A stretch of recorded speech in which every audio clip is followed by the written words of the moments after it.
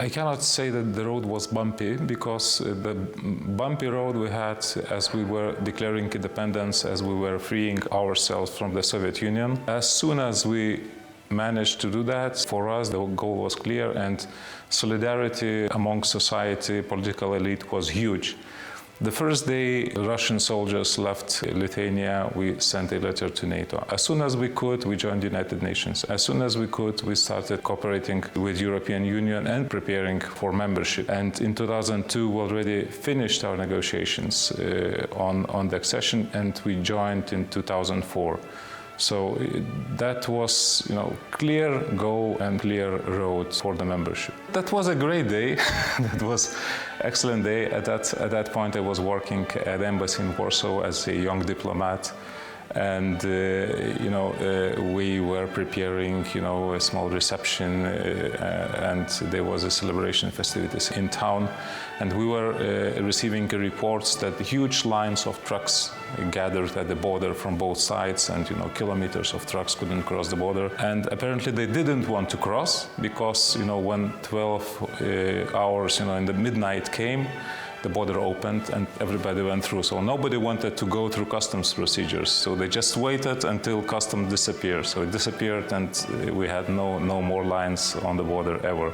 So that was like, in the fairy tale moment. We had a referendum, but that was, I think, the only case when we had more than 90% of people voting in favor. So there was no ambiguity regarding what we wanted to do. So it was total solidarity. And even now, Lithuanians remain among the most pro-European nations in the European Union. There is a good reason for that, because our economy since 2000 grew like 7 times. For example, if you look at the benefits, average salary in Lithuania is now 2,110 euros. Average pension is above 600 euros.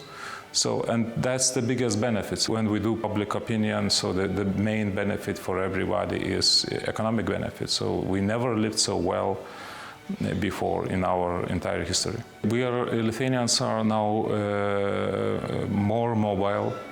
People feel better because no borders, socio-economic life is better. There is more democracy, there is less corruption. I think we are moving in the right direction now. Lithuania is just below the average economically in the EU, so we did very well since the enlargement.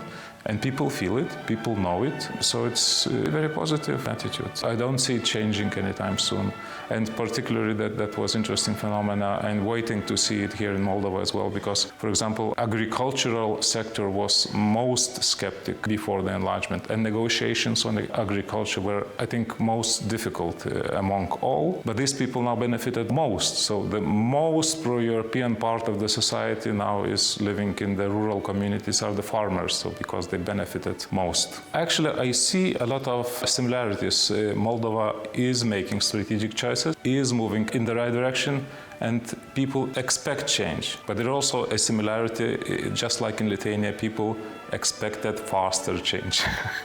And things happen as fast as possible and not instantly. And for example, in Lithuania, everybody was expecting we join and next year we live like in Germany. We didn't. Now we're starting to live like in Germany because it took 20 years of stability, 20 years of reforms to reach that level.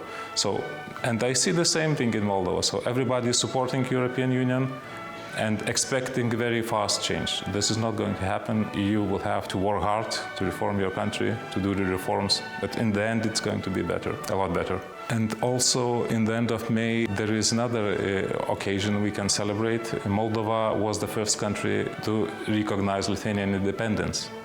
So in 1990, even before declaring its own independence, in May, Moldova recognized our independence, which was declared on 11th of March. So you are the first. So thank Moldovan people for doing that. I can promise that Lithuania will do our best to help you on the way to European future.